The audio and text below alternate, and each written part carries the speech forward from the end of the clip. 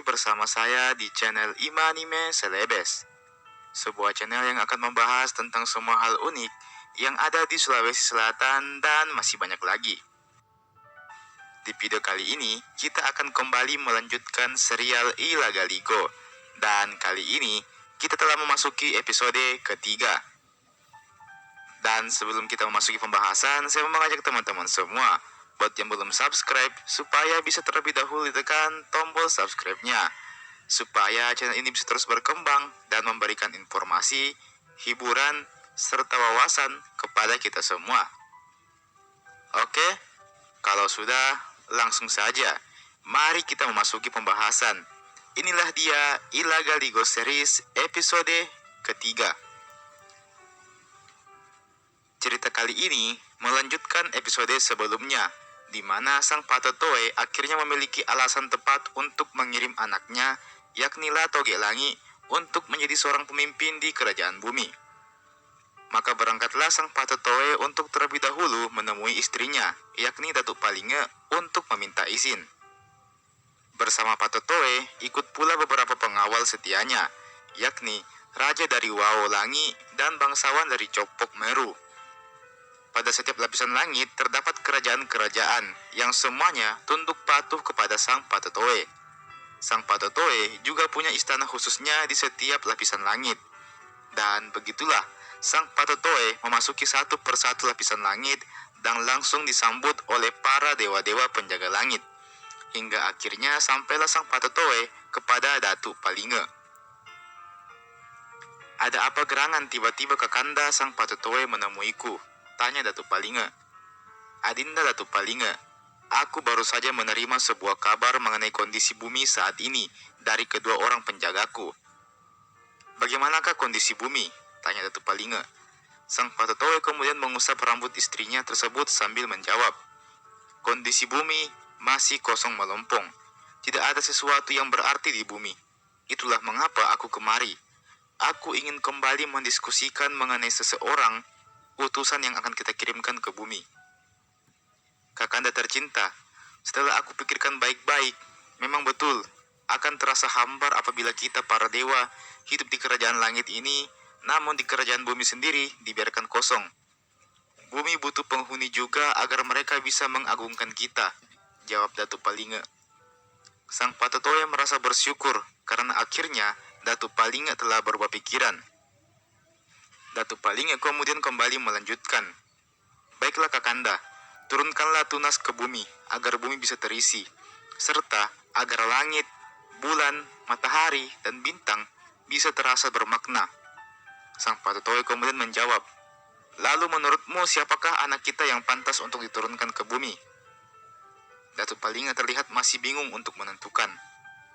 "Kalau menurut Kakanda sendiri siapa yang pantas?" Sang Patotoe pun menjawab, "Kalau menurutku, Lato Gelangi adalah orang yang pantas," jawab sang Patotoe dengan yakin.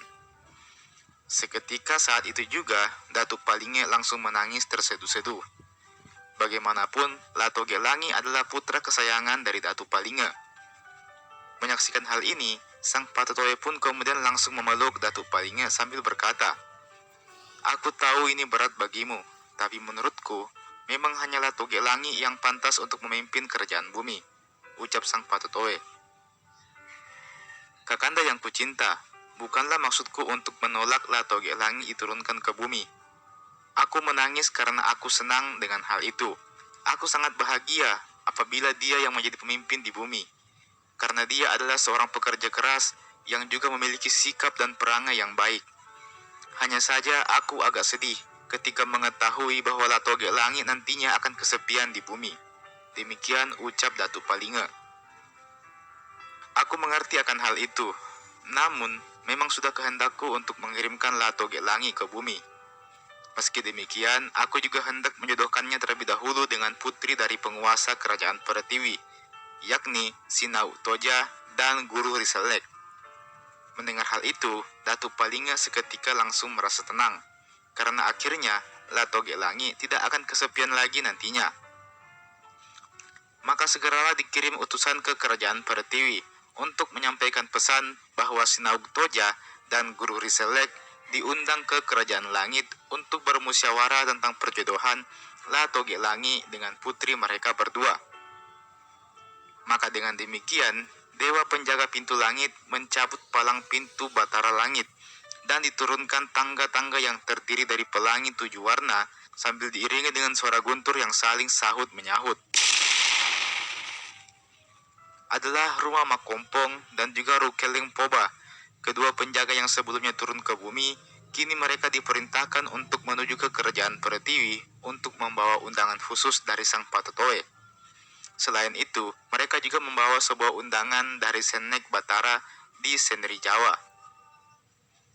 Rupanya, kedua penjaga ini telah tergila-gila dengan keadaan bumi. Mereka sempat singgah sejenak di kaki langit untuk memandang hamparan bumi yang luas. Andaikan kita ini adalah putra Sang Patotoe, maka sudah pasti kitalah yang akan dikirim jadi penguasa di bumi, ucap Rukeleng Poba. Tidak usahlah kau bersedih, Rukeleng. Nanti kalau seorang putra Patotoe telah berkuasa di bumi, maka kita bisa mencuri-curi waktu untuk turun ke bumi, ucap rumah Makompong. Dasar kamu ya, kamu tidak takut apabila nanti kita malah dikutuk jadi oro, terus dilempar ke bumi, jawab Rukeleng. Jadi oro tidaklah mengapa, Rukeleng. Yang penting, kita bisa bersenang-senang di bumi, ujar rumah sambil tertawa terbahak-bahak. Gila kamu rumah, mana mungkin kita bisa bersenang-senang kalau kita hanya menjadi oro bagi penguasa bumi.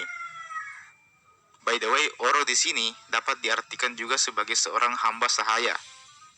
Meskipun kita jadi oro, tapi kita kan masih bisa berubah-ubah wujud, timpal rumah. Demikianlah keduanya saling menimpali satu sama lain, sembari terus menyaksikan hamparan bumi.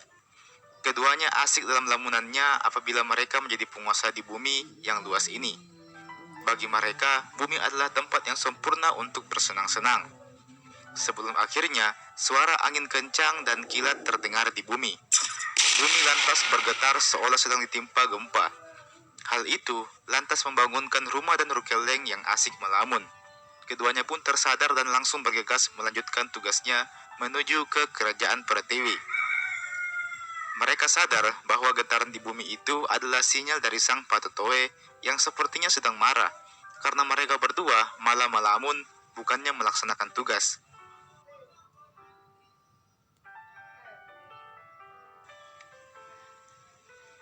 Dan teman-teman, itulah tadi episode ketiga dari Legaligo series. Kita akan lanjut ke episode keempat mungkin beberapa hari setelah video ini saya upload.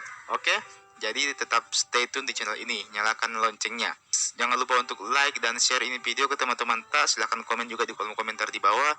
Subscribe juga ini channel tentunya, nyalakan lonceng notifikasinya supaya teman-teman dapat informasi atau pemberitahuan ketika saya mengupload video terbaru lainnya.